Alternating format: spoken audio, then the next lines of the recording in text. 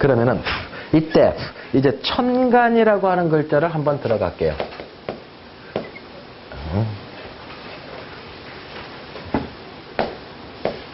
십천간. 하늘의 기운을 자연이 돌아가는 궤도를 4개로 쪼갠 걸 뭐라고? 사상. 5개로 쪼갠 걸 오행. 8개로 쪼갠 걸 팔괴. 10개로 쪼개면 천간. 12개로 쪼개면 지지. 60개로 쪼갠 게 육식갑자. 몇 개로 쪼개든 상관없다는 얘기예요. 분석을 잘할 수 있게끔 쪼개기만 하면 되는 거예요. 24개로 쪼갠 게 뭐예요? 24절기. 그죠? 패철이라고 하는 우리 나중에 배워야 될 것들, 패철도 이 24개로 쪼개놓은 걸 기본으로 삼았어요. 72개로도 쪼개요. 패철들을 보면요, 360개로 쪼개고, 여러 가지로 막 쪼개놨어요. 분석만 잘 되면 된다 이거지. 그죠? 예. 분석이, 13으로 하니까 분석이 잘 안 돼서, 17로 분석을 하니까 잘 안 되니까, 20개로 쪼개고 24개로 쪼갠 거야. 계산하기 쉽게끔. 예. 그게 진리가 아니라는 거죠. 오케이? 예. 수단이라는 얘기에 쪼갰다라고 하는 거는. 그래서 많은 분들이 이 공부를 할 때 다 전부 다 진리라고 생각하는데 진리가 아니고 세상을 풀어내는 수단의 도구로 배우는 거래요.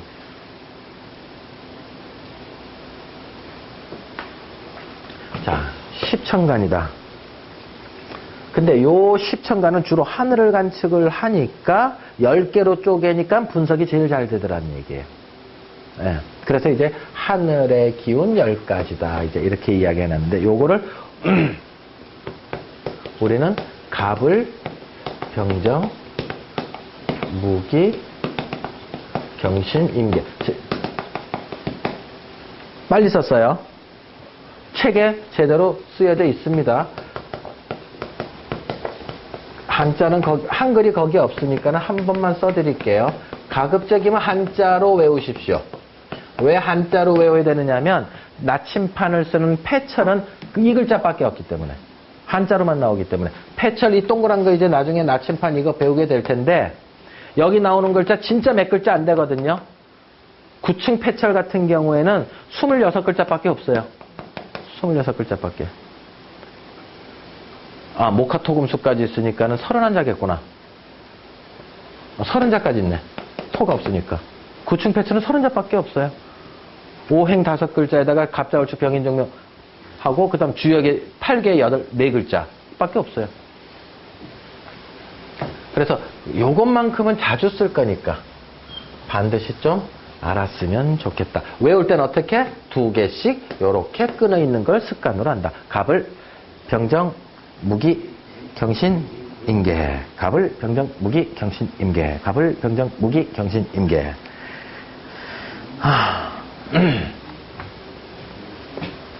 진도 빨라요? 아니, 처음 배우시는 분들한테 물어봐야 되는데. 회장님, 우리 회장님. 진도가 빠르십니까? 따라오실만 하세요? 예.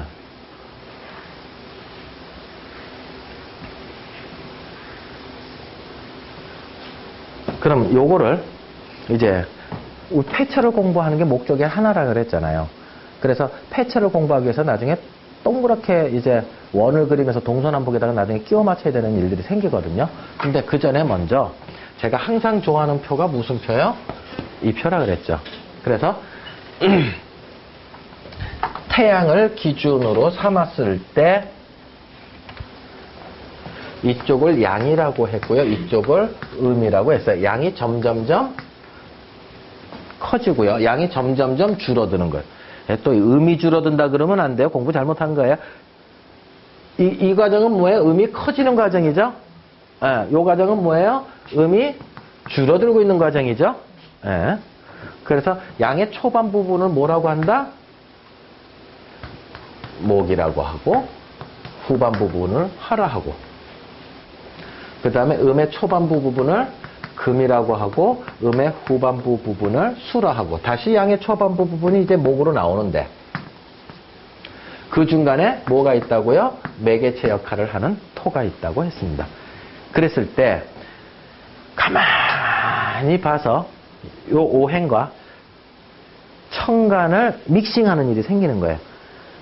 제가 지난 시간에 한번 이야기를 사주 쪽에서는 이야기한 것 같은데 오행에서 분파된 게 오행을 한번 더 쪼갠 게 청간인지 안 그러면 오행학은 오행학으로 따로 나오고 청간지지학은 청간지지학대로 맨 처음에 발생 원인이 따로 됐는지는 제가 그것까지는 못 찾았어요.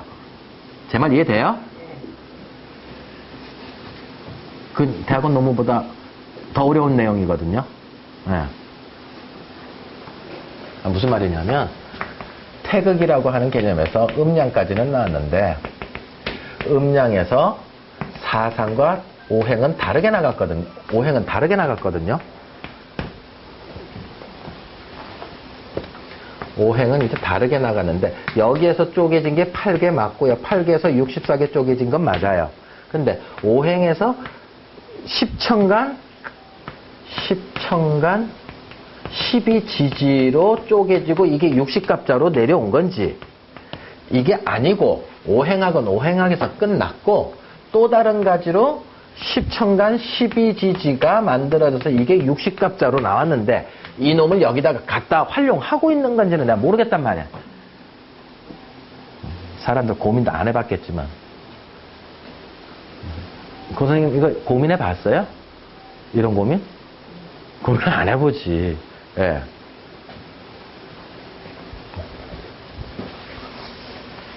또 고민스러운 거 이야기 해줄까요? 큰 양에서 큰 음으로 변할 때 잘 넘어가라고 반대편 기운이잖아요. 양에서 음으로 넘어갈 때 반대편 기운이 잘 넘어가라고 토가 있었죠. 그죠? 큰 음량이 바뀔 때. 그럼 큰 음에서 큰 양으로 이렇게 탁 바뀔 때 여기 왜 토 없어요? 진술충미 말고 오행만 갖고 풀어라. 큰 음량이 바뀌는데 여기 왜 토가 없냔 말이야. 이제 그런 거 고민하는 거야, 그런 거. 예? 생각 안 해봤죠? 예. 그냥 수생목 하면 수생목을 바로 넘어가는 거라고 생각하는데 선생님 그 축토 있잖아요. 이거는 지지학이고 오행학에서 설명하라. 정답은 요거의 성질, 요거의 성질 차이. 예. 자, 넘어가고. 그랬을 때, 그러면 청간하고 오행하고 이제 결합을 시키니까 또 풀리는 부분들이 많아서 결합을 했을 때, 목의 초반부 기운을 다시 갑이라고 하고, 목의 후반부 부분을 을이라고 이제 표현을 한 거예요. 그래서 아까 두 글자씩 외우라고 한 거다. 화의 초반부 부분을 병이라고 하고, 후반부 부분을 정이라고 했다. 또 토를 무라고 초반부 부분을 표시했고 기라고 하는 부분을 토의 후반부 부분으로 표시한 거고 그 다음에 금의 초반부 부분을 경이라고 표현하고 후반부 부분을 신이라고 표현하고 그 다음에 수의 초반부 기운을 의미라고 하고 수의 후반부 기운을 개라고 옛날 사람들이 이렇게 또 한번 분석을 해서 그 기운들마다 한자를 이제 설정시켜 놓은 거예요. 여러분들이 사주 공부를 하시겠다 그러면 이 10가지를 따로따로 무슨 뜻인지 다 알아야 돼. 그렇지만 풍수학에서는 굳이 그렇게까지 할 필요까지는 없을 것 같아요. 그럼 괜히 돈 들어. 그죠? 네, 시간만 가고. 그래서 일단 두 글자씩만 짝을 채워서 외우자. 그럼 여기에 이거 봄이라 그랬잖아요. 이거 여름이라 그랬고요. 목화토금수에서 이거 무더위라고 했고요. 이거 가을이라고 했고 이거 겨울이라고 했고. 그러면 이놈은 어디에 해당돼요? 동쪽. 봄이 일어나는 거 동쪽. 이놈은 남쪽. 이놈은 중앙. 이놈은 서쪽. 이놈은 북쪽.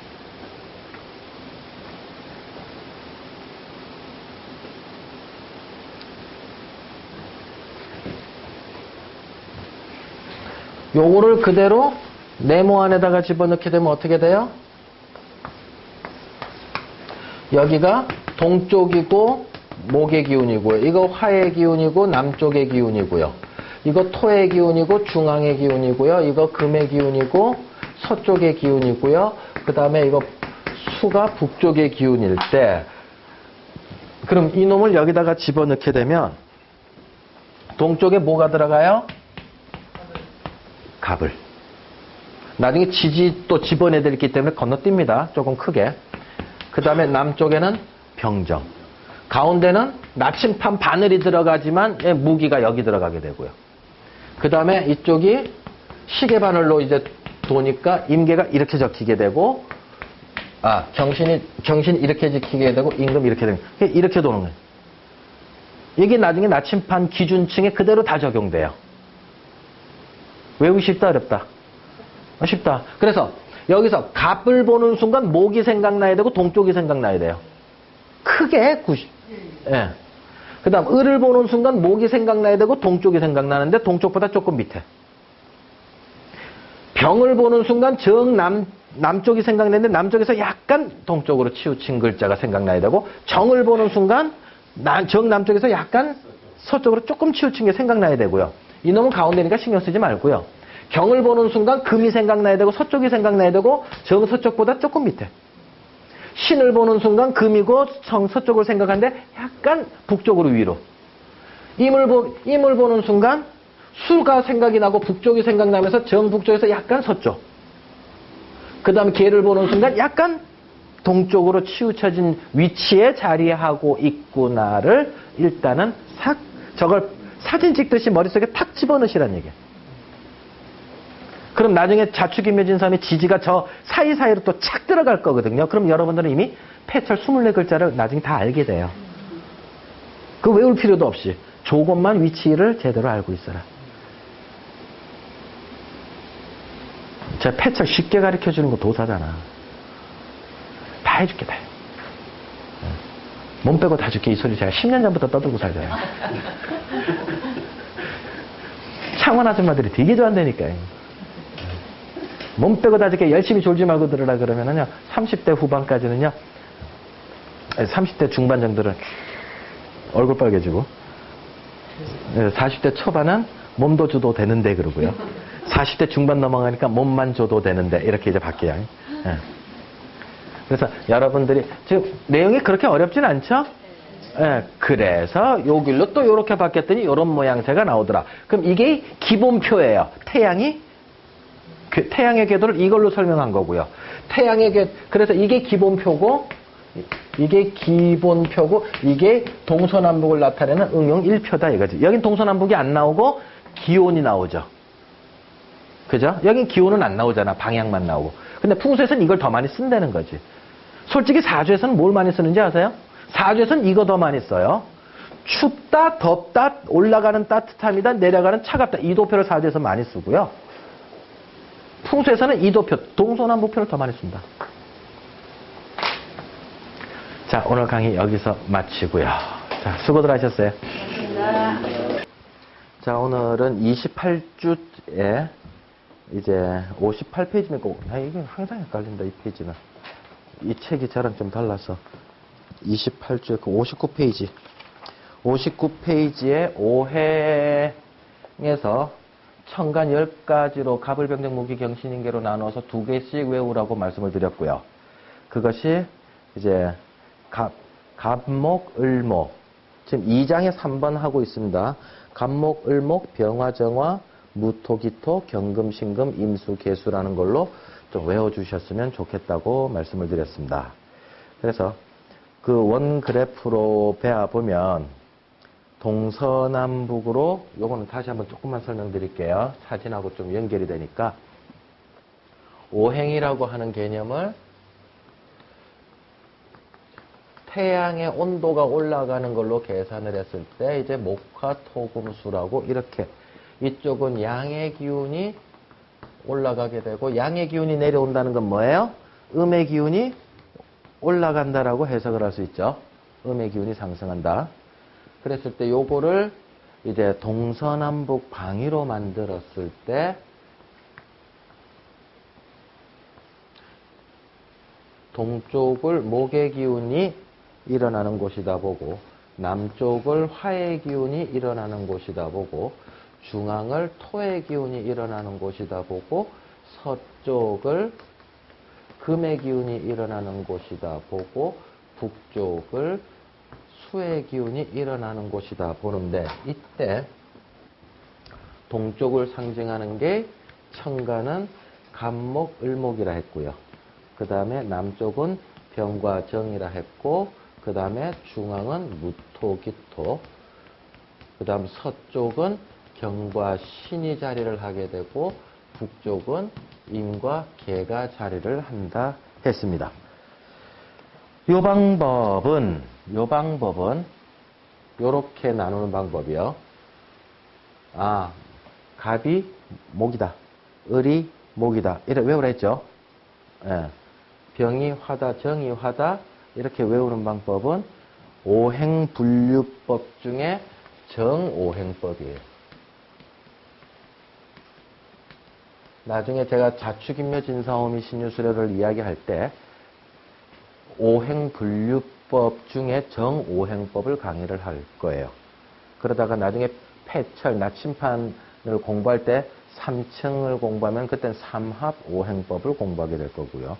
나중에 지리신법을 공부하게 될 때는 홍범 오행법을 사용하게 될 거고 그 다음에 사대국 포태법을 공부도 하고 이럴 때 여러 가지 오행법을 사용하게 된다. 지금 공부하면서 간목, 을목, 병화, 정화, 무토, 기토, 경금, 신금, 임수, 개수라고 하는 거는 정오행법의 분류법에 의해서 이제 일단 외우신다. 근데 이걸 제일 많이 쓰니까 거의 90% 이상을 요 오행법에 따른 거를 쓰니까 요거를 제일 많이 외워 놓으시는 게 좋겠다. 그 다음 그럼 여기 동서남북을 따지니까 여기서 동쪽은요. 정확한 동쪽은 다른 글자가 또 있어요. 이렇게 90도 범위로 동쪽이라고 했을 때 정동쪽이 이렇게 정말 90도 이게 0도라면 여기가 0도라고 여기가 90도라면 여기가 정확하게 180도라면 여기가 정확하게 270도라면 이 목의 위치는 약간 위쪽이에요. 2시 반 방향, 3시 반 방향 뭐 이런 식으로요. 조금은 정남쪽에서 약간 서로들 틀어져 있긴 한데 어쨌든 간목은 여기에서부터 약간 북쪽으로 치우쳐져 있고요. 그 다음에 을목은 정동쪽에서 약간 남쪽으로 치우쳐져 있고 요런 느낌으로 일단은 배정을 하세요. 나중에 요 글자 사이에 들어갈 글자들이 또 하나 있거든요. 자축인묘가 나중에 들어가니까 여기에 들어갈 글자까지 나중에 딱 적으면 감이 온다. 자, 그러면 우리가 그 정오행법에서 요런 글자들이 딱 보자마자 갑을 보는 순간 어디라고 생각을 하면 돼요? 동쪽에서 약간 북쪽으로 향하고 있는 거구나. 임수라고 하면 어디야? 정북쪽이 아니고 정북쪽에서 약간 서쪽으로 치우쳐져 있는 방향이구나. 이런 식으로 입력을 해주시면 나경을 보실 때 많이 편하다.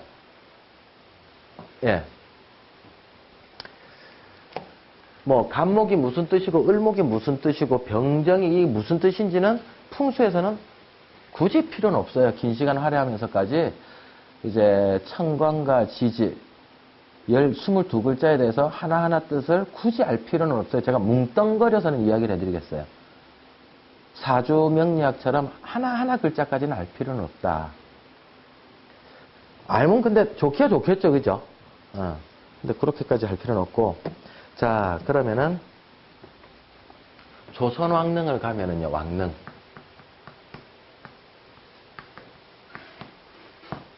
자, 이제 왕릉을 보여드릴게요.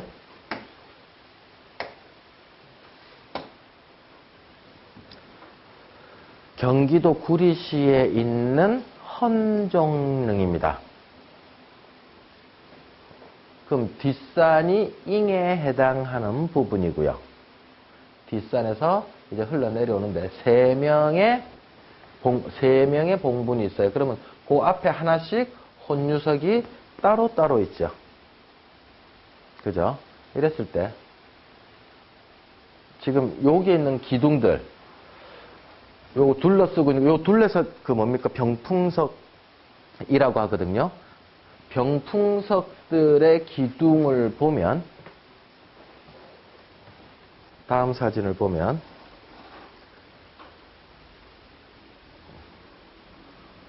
돌에다가 요거는 이제 옆에다 있는 거네요. 그 기둥과 기둥 사이에 옆으로 건너가는 기둥이 있거든요. 그 다시 한번 백 해갖고 보여드릴게요. 지금 이 상황은 요 기둥과 요 기둥 사이에 있잖아요. 요 기둥과 요 기둥 사이 여기요. 예, 요 부분의 글자들을 다 적어놨는데 그 글자들이 청강 글자를 이렇게 써놨단 말이다. 저게 몇백 년 되다 보니까 이제 화강암들이 좀 닳고 닳아가지고 조금 잘 안 보이는 것도 있는데 그래도 잘 보이는 걸 제가 찍었어요. 저거 자체로 그쪽 방향을 향하고 있다는 거를 왕릉에서도 표시해놨다. 오래된 것 중에 우리가 김유신 장군 있잖아요. 김유신 장군 묘 가면 어떻게 돼 있어요? 12지 신상 부조로 다 뺑 둘러놨잖아요. 그죠? 그게 바로 방향을 가리키는 거예요. 방향을. 말 그림은 그럼 어디에 있겠다? 자축인묘 할 때? 남쪽에 있을 거고. 그런 식으로. 청강 글자도 방향을 나타내는데 썼다. 그럼 이 방향은 어디란 얘기예요? 남쪽에서 약간 동남쪽에 향하고 있는 걸 표시하고 있는 거다. 근데 여기서 잠시 옆길로 세면요. 저쪽이 뒤에요. 제가 찍은 쪽이 후손이 앉아서 절할 수 있는 곳이고요. 왕이 어디에 들어갔을까요? 이제 자, 그럼 이쪽 산줄기가 자청령 산줄기고요. 이쪽 산줄기가 우백호 산줄기잖아요. 그러면 이쪽이 우측봉분, 중앙봉분, 좌측봉분이에요. 이랬을 때 왕은 어디로 들어갔을까? 이제 겐또죠. 자, 일단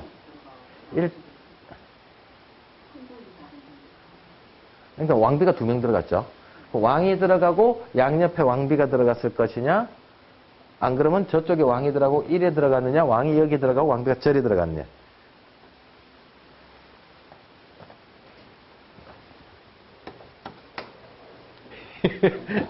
확률은 3분의 1. 아, 하나 더 있다 그러면 뭐예요? 관이 없다. 자, 우상, 좌하, 자상, 우하 기억나십니까? 또 긴가민가 한데 또.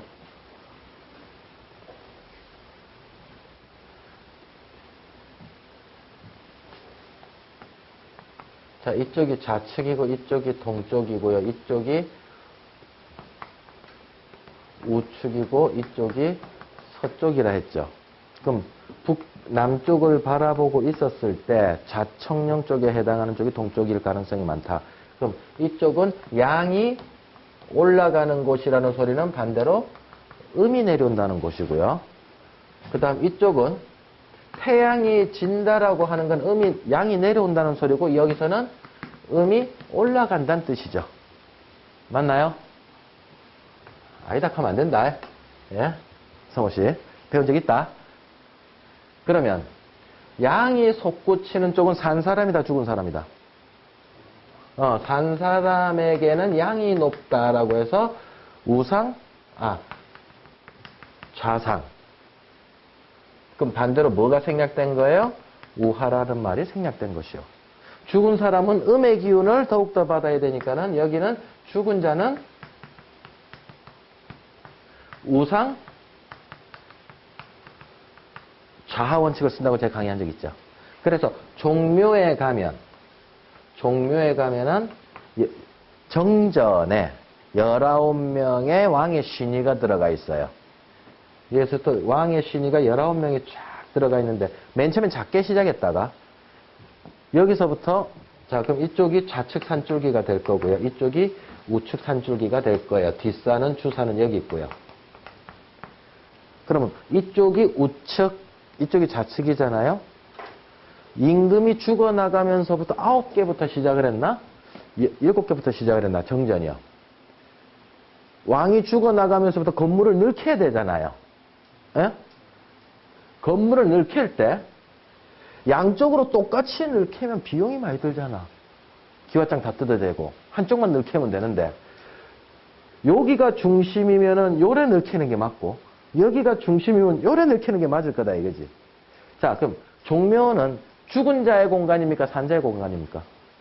죽은 자의 공간이죠. 그럼 우측이 더 높으니까 태조 이성계가 어디에 있느냐 하면 여기 들어가 있어요. 그 옆에가 이방원이가 여기 들어가 있고요. 세종장이 여기 들어가 있다고. 태종은 3대죠. 27명 중에 19명만 들어가 있고 나머지 왕들은 그 옆에 영령전에 들어가 있거든요. 다른 건물에. 우측이 죽은 사람이니까 1번 들어온 거 이해됐죠? 우리가 생각하기에 가운데 들어온 게 아니에요. 그래서 여기서부터 요만큼 지었다가 또 임금이 죽으니까 또 한 번 늘캐고 또 한 번 늘캐고 또 한 번 늘캐가 지금 우리가 종로 3가에서 보는 거는 4번 늘캔 거예요. 정전을. 그때 항상 뒤따라 죽은 사람, 여기가 높고 죽은 사람이기 때문에 여기가 낮기 때문에 이쪽을 제일 높은 걸로 친다. 제가 대추 이야기 해준 적 있어요?